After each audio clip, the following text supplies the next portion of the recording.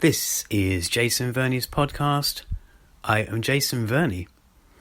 In this episode, I want to talk about the London Korean Film Festival. We call this kind of a build-up podcast, if you like, to the festival coming, 2019. Also, the London Film Festival, BFI London Film Festival, which is now known. It wasn't labelled as before as the BFI London Film Festival so much, but now it is. And how those two festivals kind of intertwined, definitely on more than one occasion, but this year and in particular one film that I saw. That film, incidentally, is House of Hummingbird. Now, I just want to give you a bit of background before I cover the film itself. I'm really not going to go into too much detail on the particular movie, House of Hummingbird, but there's some things I do want to mention. Also, some guests that were present, and the London Korean Film Festivals, the KCC, the Korean Cultural Centre even, because they're one and the same, essentially, their involvement with that. So first of all, the London Film Festival, BFI London Film Festival, it is that time of year when we've got that film festival. We've also got the London Korean Film Festival, of course, as I've mentioned. We've got other festivals going on. Not long ago, it was the Japanese Avant-Garde Festival. And there's the London East Asian Film Festival, a festival set up not that long ago, which is also featuring this same film that I'm briefly touching on here. And I'll come on to that in a while as well.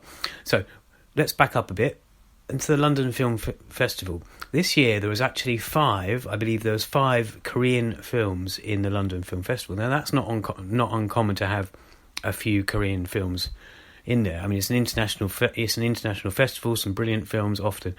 I had to decide which films I was going to see. I mean, I could have seen others, not just Korean, but I decided to just narrow it down to a couple. I kind of regret not seeing one of the five that I didn't see, and I'll come on to that in one sec. I consulted my good friend and basically the proprietor or the owner, the editor of his own website, which is hangulcelluloid.com. So it's Hangul and then celluloid.com. Hangul as in the transcript, the writing, the Korean writing. And he said that, the two, he suggested which two. And so anyway, I ended up deciding on House of Hummingbird and The House of Us. And the film that I didn't see, that I kind of wish I had, and I'm sure I will soon, at some point rather, is the one by the director of Hit the Night, because I saw that in a recent London Korean Film Festival by director Jong Jong, and I did like that film. I don't know why I didn't choose to see it this time around. Why I didn't choose to see her latest film, but anyway, I'm sure that time will come. So back to the two films that I did choose to see: the House of Us and House of Hummingbird. Now it's just a coincidence I don't have a thing about films with the word house in. But just to touch on The House of Us, a couple of years ago there was a film called The World of Us. So the same director has made this other film, The House of Us. It's just like the other film. Pretty much all the characters in the film are children. Most of them are children. I remember being in Busan International Film Festival 3 or 4 years ago, perhaps, and there was a Q&A as well. The kids were there. They're so adorable. I've actually got some footage somewhere of them answering and being cheeky, and I have some good memories of that particular festival and that particular screening. So that's one of the ones I saw. I'll review that in a separate article on my website, minimovie.com. I'm sure I'll be reviewing that in full. I'll probably be reviewing House of Hummingbird in more detail at a later date. But let's get straight into that particular film. So The House of Hummingbird, it's a very you could say it's very nuanced because it can be looked at in different ways. I mean, there's abusive relationships going on, and that can be essentially family relationships. There's our protagonist, she's a young student, and her brother picks on her, has hit her. She's got a friend whose father, I believe it was her father, who's bruised her, and there's a running theme. You see scenes of very tense scenes in the family households. It's not all like this, but there is even in the trailer there's a part of that. It's not a very happy film, but it's so beautifully done. Director Bora Kim Bora, and who was actually present, and I'll come to that in a little while, because she wasn't the only one that was present at the screening. So it touches on, I suppose, not domestic violence, but definitely violence anyway, and family violence. Also, it's set in the mid-90s in 1994. There's a few reasons for that. And the director herself has said this, that there's so much happening back then. There was I know a lot about this, or quite a bit about this myself, where we had there was the bridge, the famous bridge in Seoul on the Han River, which was the Songsu Bridge. I believe that's how you pronounce it, and it collapsed basically, and a bus it collapsed, and various vehicles came off. And in the film itself, that is sort of that is weaved into the film, and I believe some other parts. So I say I believe, I have seen it, but I believe what else was weaved into the film was there was some houses and protesters. We didn't see them, but they were mentioned, and I think it was about chaebols, which is kind of big conglomerates or tycoons. Maybe it was about forcing people out of their homes to build their own big complexes. That's just what I got from that, and it reminded me a lot about what I've witnessed in South Korea, who I've spoken to, especially in old hanoks, who are trying to hold on to their old ones and original ones, and they've always been offered money to move out and to be. But it was happening across Korea, but probably never more so in Seoul. And also, it's a very autobiographical film, but it's also semi-autobiographical because I don't believe it all happened as she's kind of suggested, but a lot of it did in this film.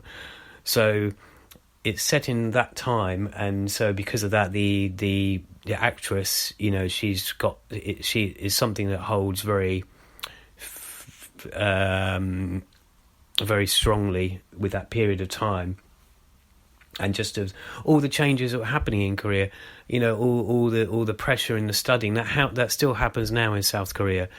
The pressure to do well in high school, any school actually, to do so well and just get through. And there's also the differences in the society between the men and the women.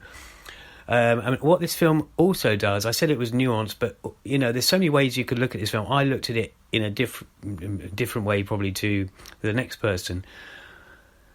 But one of these things was relationships. At one point in the film, she's kind of seeing that this girl, the protagonist, she's got a good friend. She has strong feelings for that good female friend. She had a boyfriend. There's a teacher played by Kim Se-byuk. She was also present at this screening, and I'll come to that because she wasn't the only one. So it's very it's nuanced in the fact that not all those other things about 1994, or also about domestic violence, also about doing well at school, and politics that's going on, but also about relationships that can relate to this day and age as well. Sort of 25 years. Is it 25 years down the line? Yes, it's 20, almost about 25 years down the line now. So there is this thing that, as I say, there's a teacher, Kim Se-byuk, and she was the one. She came to London 2 years ago. I had the pleasure of interviewing her with Hangul Celluloid as well, and I can't remember if there's one or two others or not in that interview, but either way, you can find that interview on both our sites, hangulcelluloid.com and miniminimovie.com, my site.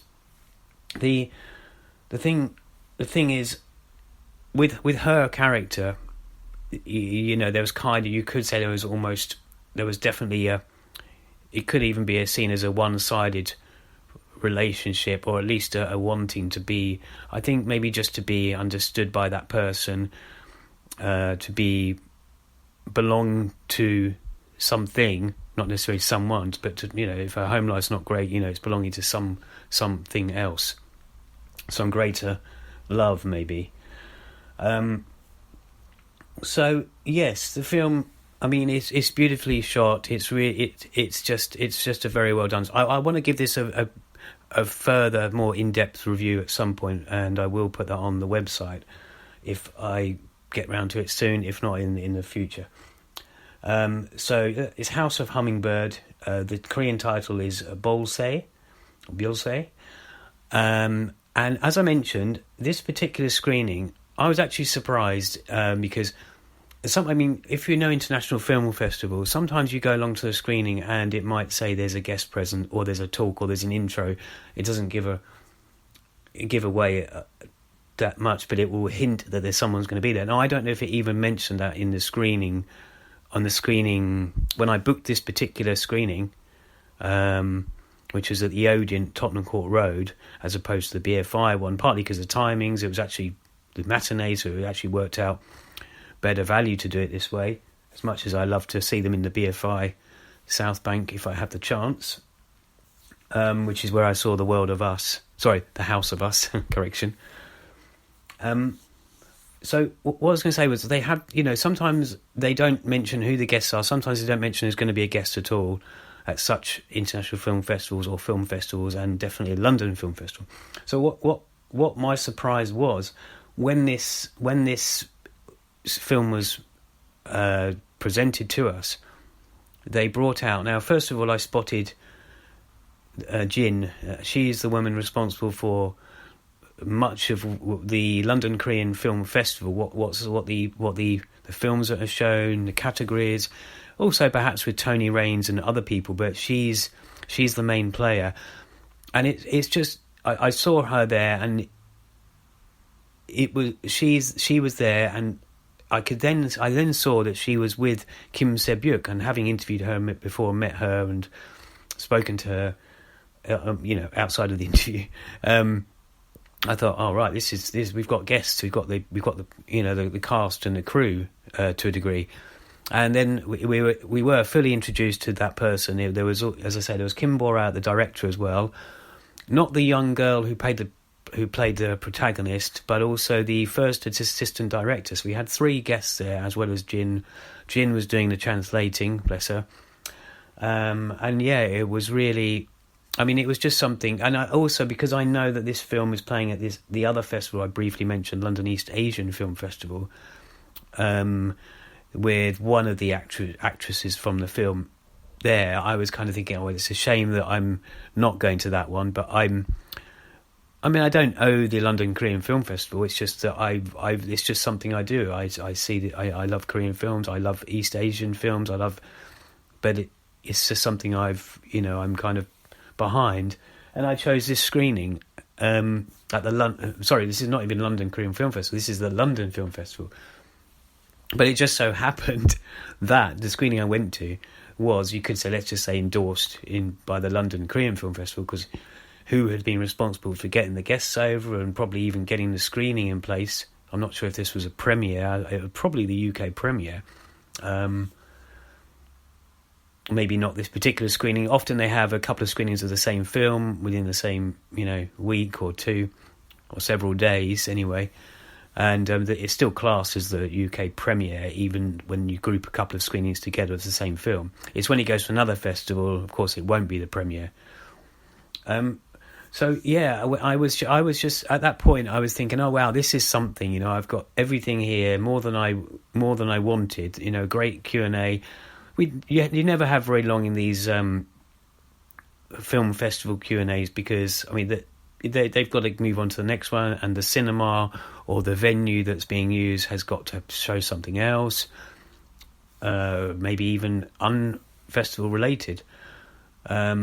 And if you're using another venue, of course, you've got to abide by their rules as well. But it was actually quite a long Q&A, including the questions by the host. I didn't actually take that person's name. She, you know, there was still quite a lot of time for the audience to ask questions.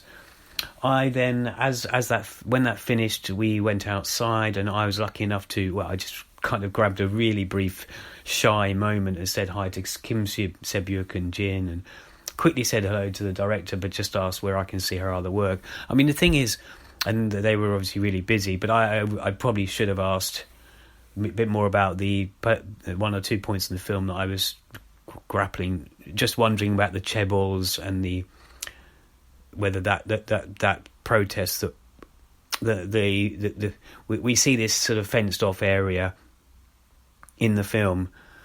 And they're saying that don't feel sorry for them, and I think they were saying it was just the way things are, perhaps the way things are in Korea. I mean, even now, 25 years later, as much as Korea's tried to shake off that unsafe period, or at least being unsafe and things falling apart, bridges breaking and boats going, you know, there was the Sewol ferry tragedy over 5 years ago, which incidentally myself and some other friends, we once a month in Trafalgar Square, actually now we've made it once every 3 months, because it was so once every quarter. We have been doing it for 5 years. For 2 hours we have a silence there, and we just for the victims, which, you know, 250 or more were children that died at sea, and the rest adults, so there's about 60 of them. Rough numbers. It was just, you know, but that shows you that was very recent, but things have happened. I'm not saying tragedies don't happen everywhere, but I'm just saying that in comparison to from what this, and I think the director knew that as well. I mean, the fact that, you know, the certain safety guidelines and measurements, but it was going back to the film itself being nuanced. That I saw online that this was at another festival. I think it was Teddy Awards, and that's kind of an LGBT one. Now, I didn't see the film in that kind of way. There was very close moments of characters, and you could say there was definitely more than friendship going on. But it's interesting how a film can be read. It can be read politically, romantically, perhaps, or domestic violence, and it's. You know, I just think it was very well done anyway, and it's always good when a film kind of throws up those questions. So I did mention Kim Se-byuk, that saying that she'd come to London a couple of years ago, and we interviewed her. If you go to miniminimovie.com, you'll see an interview with her, and actually the director of one of her films in the same interview, Lee Wan-min, who did they were both linked to the film Jamsil. But it was quite bizarre that year. This was 2017. Kim Se-byuk actually featured as a character in both the opening film and the closing film of the 2017 London Korean Film Festival. And not only that, Jamsil, which was who this director was, we've interviewed, and also she was, and all this is detailed in my article and the review, the coverage of the review. She also featured in Queen of Walking. So she was in, which was a teaser screening, London Korean Film Festival 2017 teaser screening, which, as some of you will know, as a build-up to the London Korean Film Festival every year, at least for the past handful of years, 3 or 4 maybe, they've had probably 4 months, 5 months, one day of that month, one Monday, they have a screening, and this is kind of right, let's get everyone interested in the festival, and they show they show a film. It's a teaser, but it's not in the way that this is what's going to be showing. It's a teaser of like, this is the kind of stuff we will be showing, or this is what we've got the ability to show. And then just going back to the fact that the London Korean Film Festival were involved in this London Film Festival event, and that's not to say that they're not in all the Korean films that are brought over, or at least a lot of them anyway. Sometimes they don't have any say in it. It's arranged by London Film Festival, BFI London Film Festival. But it goes to show that there's people that sort of say that the last few years have seen the London Korean Film Festival, because it's been going for about 15 years, 14. I think it's the 14th year now, although that's to be debated. It was going on, I think, elsewhere even before the KCC was running it, Korean Cultural Centre. It's good to see that, as I say, the people that might say that the festival is, it doesn't have the big stars, the red carpet events. It does have some big stars and events, but not like it used to. And I like the way it is, and I like the fact that and there's a few articles on my website that state this, because they show a lot of the old films, but they show some great independent new films and a couple of big films. Incidentally, while I think about it, I mentioned the ferry, the Seoul, the tragedy which happened. There's actually a film that did very well called Birthday, which is in this year's London Korean Film Festival. Incidentally, the festival starts on the 1st of November, runs for 2 weeks, and then after that it goes on for a little tour around the country. But yeah, so when people say that it's not doing well, I mean, we also forget how much it does throughout the year with its seasons in the Korean Cultural Centre, with film screenings. Most of the time they're free. But not only that, they're flying guests over for this, arranging, the London Film Festival screenings, and and now they've added another venue onto their. I don't think they've played films there before. The London Korean Film Festival, which is the Barbican. So now they're tying in with them. So there's a lot of venues out there that they're using, and these are good venues. These are good venues. So I think that I've covered everything. I wanted to speak about the London Film Festival, the London Korean Film Festival, how it's kind of, especially on this occasion, how it was really interlinked. But the fact that, and they obviously believe in this film enough to sort of bring it, be the ones that are associated with it. But it's a great film. If you of course it's not, as I said, it's not the House of Hummingbird is not a bright film. It's it's the opposite of bright, but it's kind of it's very you could. I mean, I could easily watch it again. It's just it's got so many parts to it, so many little nuances, as I mentioned. So that's it. Yeah, we had the guests there. We'll have more guests coming for the London Korean Film Festival, starting on the 1st of November. And yeah, let's just I'll leave it at that, and I'll speak to you in the next episode. Okay, thanks a lot for listening. Cheers. Bye.